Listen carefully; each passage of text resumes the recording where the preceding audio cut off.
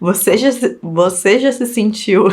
Você já se sentiu cringe ao gravar conteúdos? Esquisito, estranho, tímido? Né? Me diz aqui nos comentários como que isso é pra você. Porque assim, eu tenho uma teoria de que quem tem mais de 30 anos se sente muito mais desconfortável pra fazer esse tipo de coisa do que as pessoas mais novas. Eu tenho 33 e no começo, quando eu comecei a gravar, eu achava muito esquisito. Bora que vamos falar sobre isso hoje. E prazer, se a gente não se conhece ainda, eu sou a Ana, falo sobre empreendedorismo digital, monetização, criação de conteúdo e várias coisas desse nosso mundinho aqui da internet. Bora!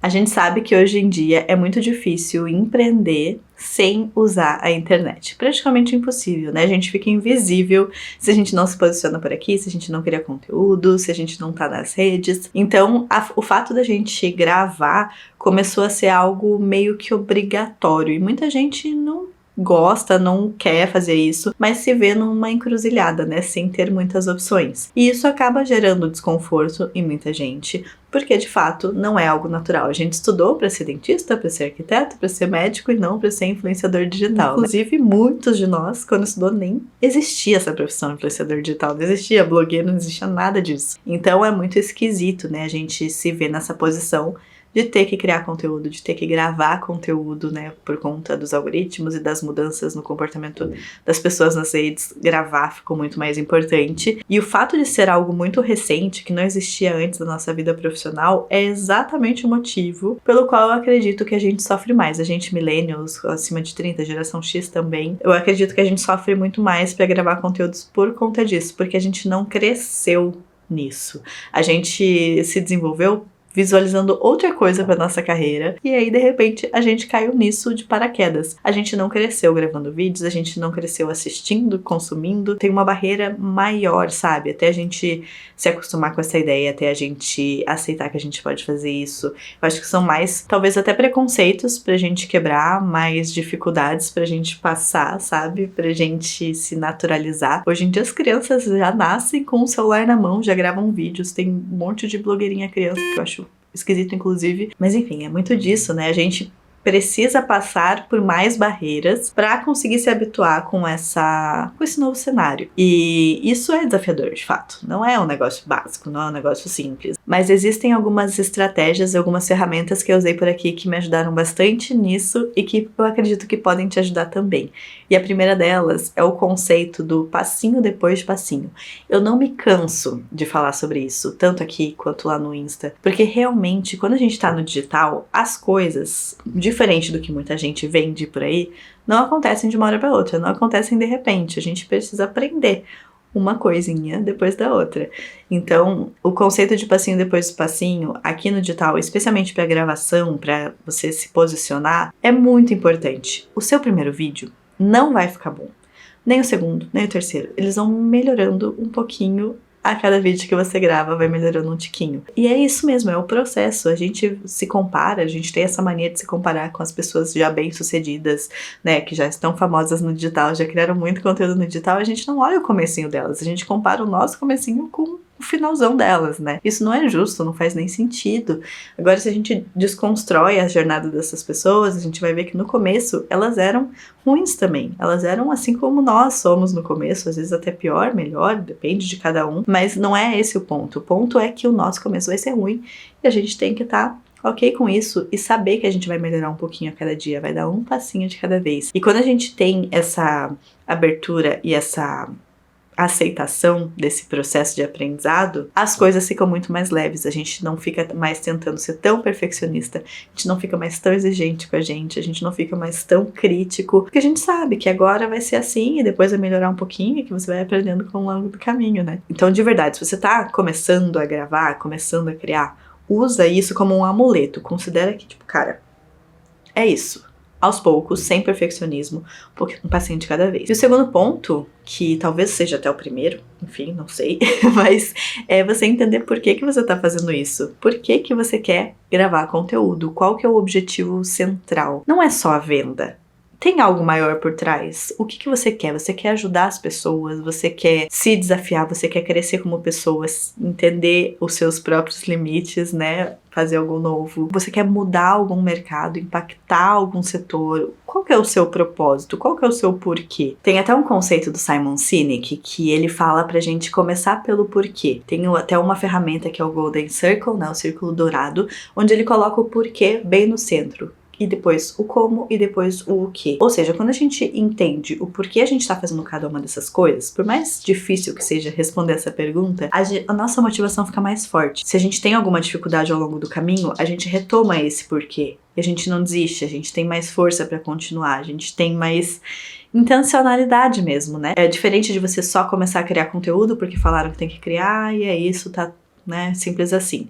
Qualquer dificuldade, qualquer diversidade que você tiver, se você não tiver embasado fortemente nesse porquê, você desiste, porque tem desafios. A gente vai flopar, a gente vai se sentir julgado, a gente vai ficar com medo da exposição. E é esse o caminho natural que as coisas aconteçam. Agora, se você tem um porquê muito forte, esse porquê não te deixa abalar, sabe? Terceiro ponto, não tente se moldar a algo que você não é. Eu sei, a gente vê estratégias para ter mais autoridade, para crescer nas redes sociais, para se empoderar e tudo mais.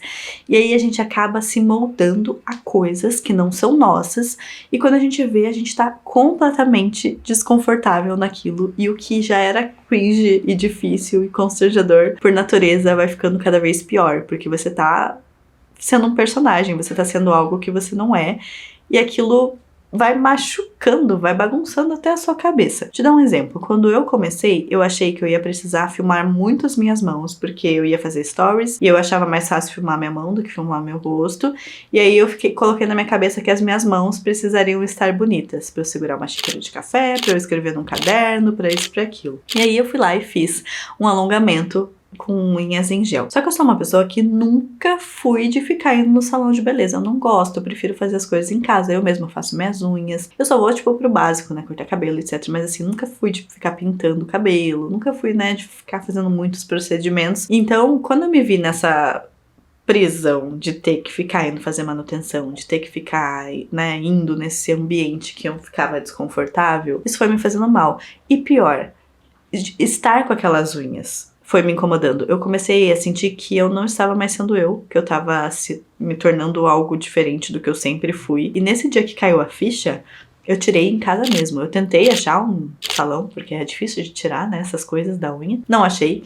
E aí eu tirei em casa mesmo papel alumínio, encontrei uma forma e arranquei aquilo. E desde então, todos os dias, eu sempre presto muita atenção se eu tô seguindo a minha essência, se eu tô realmente fazendo o que sou eu, o que influências externas estão dizendo pra fazer. Porque quando a gente se deixa levar por essas coisas, é muito mais sofrido. Então, recomendo que você tente sempre voltar pro seu eixo. Quando você vê que você tá saindo um pouquinho, volta. Porque isso vai te fazer você se sentir mais seguro, mais confiante no processo, menos estranho, e vai te permitir ter uma longevidade maior aqui no digital, né? Porque se a gente sai muito da nossa essência, a gente vai se perdendo e aquilo vai ficando... perde o propósito. Quando você vê, você já desistiu, já foi embora, porque aquilo não te representa, sabe? Então cuidado, não deixa se levar por essas histórias de ter que usar blazer, de ter que usar batom vermelho, de ter que isso, ter que aquilo. Não, você tem que fazer do jeito que você se sente melhor, que você se sente confortável, e é isso. Próximo ponto é com relação a quem é o foco do conteúdo. Quando a gente começa a gravar, criar conteúdo de forma geral, a gente naturalmente fala muito sobre nós, sobre a gente mesmo. Só que na criação de conteúdo, as pessoas não consomem o conteúdo para saber exatamente de você. Elas querem saber como que a sua história impacta na vida delas. Elas querem enxergar o seu mundo com os óculos delas. Então, elas querem aprender com você, elas querem se divertir com você, elas querem se identificar com você. Elas não estão tão preocupadas com se você tá se sentindo dor de cabeça aquele dia ou não. Tipo, tanto faz, entende?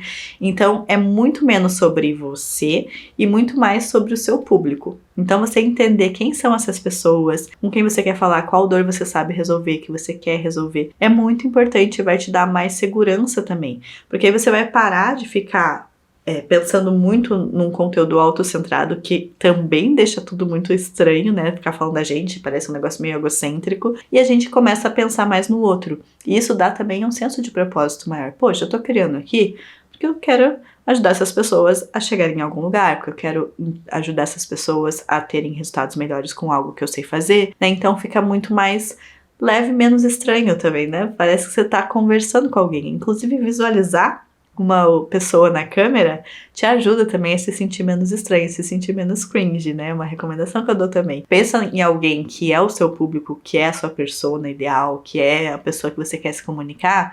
Imagina que ela tá atrás da sua lente. E aí você conversa com essa pessoa, vai ficar muito mais fácil. E se tiver difícil mesmo assim, começa aos poucos, vai devagarinho, faz um storyzinho pros melhores amigos, ou grava só pra você e não compartilha com ninguém. Então vai aos poucos, não precisa ser de repente, não precisa chegar gravando, abrindo a câmera e falando todas as coisas de uma vez né, do nada. Vai aos pouquinhos, você vai se acostumando, vai vendo que não é tão difícil, né, vai se enxergando naquele papel de criador de conteúdo. E aí o negócio vai ficando mais natural e menos esquisito. Prometo.